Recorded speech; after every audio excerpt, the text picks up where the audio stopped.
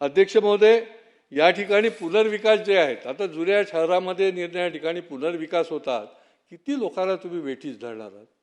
पुनर्विकासाच्या नावाखाली विकासक त्या ठिकाणी येतात.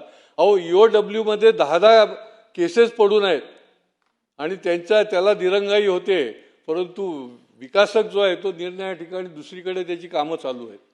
त्याची कोण चौकशी करणार? त्याच्यावर काय आळा आणणार?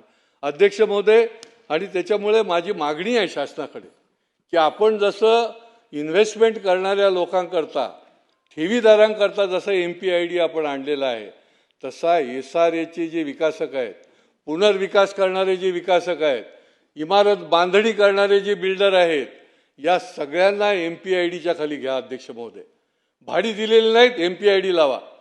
त्यांच्या बिल्डिंगवर, त्यांच्या निरनिराळ्या ठिकाणी जी प्रॉपर्टी असेल त्याच्यावर टाच आणा. हे कुठे लाखो लोक वणवण फिरणार असतील, हजारो लोक जर भटकत असतील, त्यांना जर मिळत नसेल, तर हे बिल आणलं गेलं पाहिजे. प्रायव्हेट बिल देखील आम्हाला आणायचं आहे याच्यामध्ये, की यांना देखील MPID लावला पाहिजे. कारण की यांना काहीच नाही आहे, कोणाचीच त्यांना कुठल्याही प्रकारचा धाक नाही आहे. वर्षानुवर्ष अध्यक्ष महोदय पुनर्विकास लटकलेला आहे.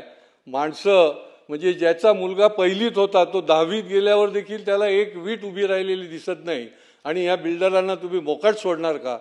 बिल्डर धार्जिणे काम करणार का? अशा पद्धतीने तुम्ही प्रशासनातल्या लोकांना त्या ठिकाणी बिल्डर धार्जिणे बनवणार का? त्यांच्यावर कारवाई करा अध्यक्ष महोदय. आणि त्याच्यामुळे पुनर्विकासामध्ये देखील लुटारू अशा पद्धतीची कार्यपद्धती आहे. ही एक मोडस ऑपरेंडी अध्यक्ष महोदय. FSIचा वापर जो आहे तो स्वतःच्या विक्रीसाठी करायचा आणि काही महिन्यानंतर सभासदांचे भाडे देणं बंद करायचं.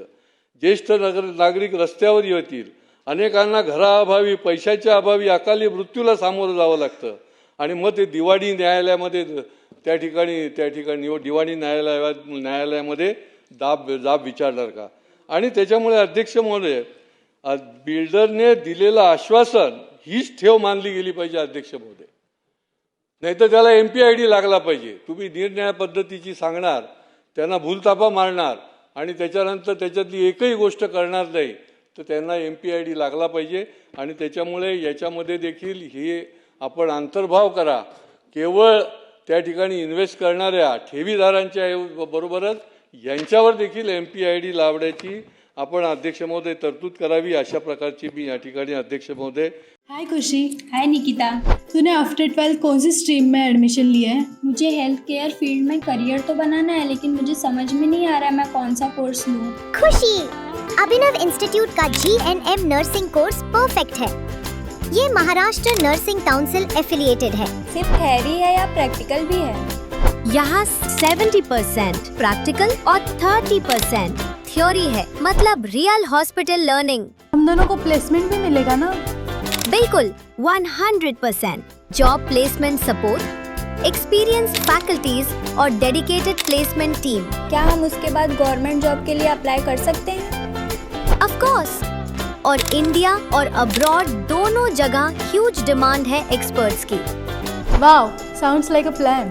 हाँ, अब फ्यूचर सेफ लग रहा है. Admissions open, limited seats, free career counselling के लिए अभी अप्लाई करो at Abhinav Institute.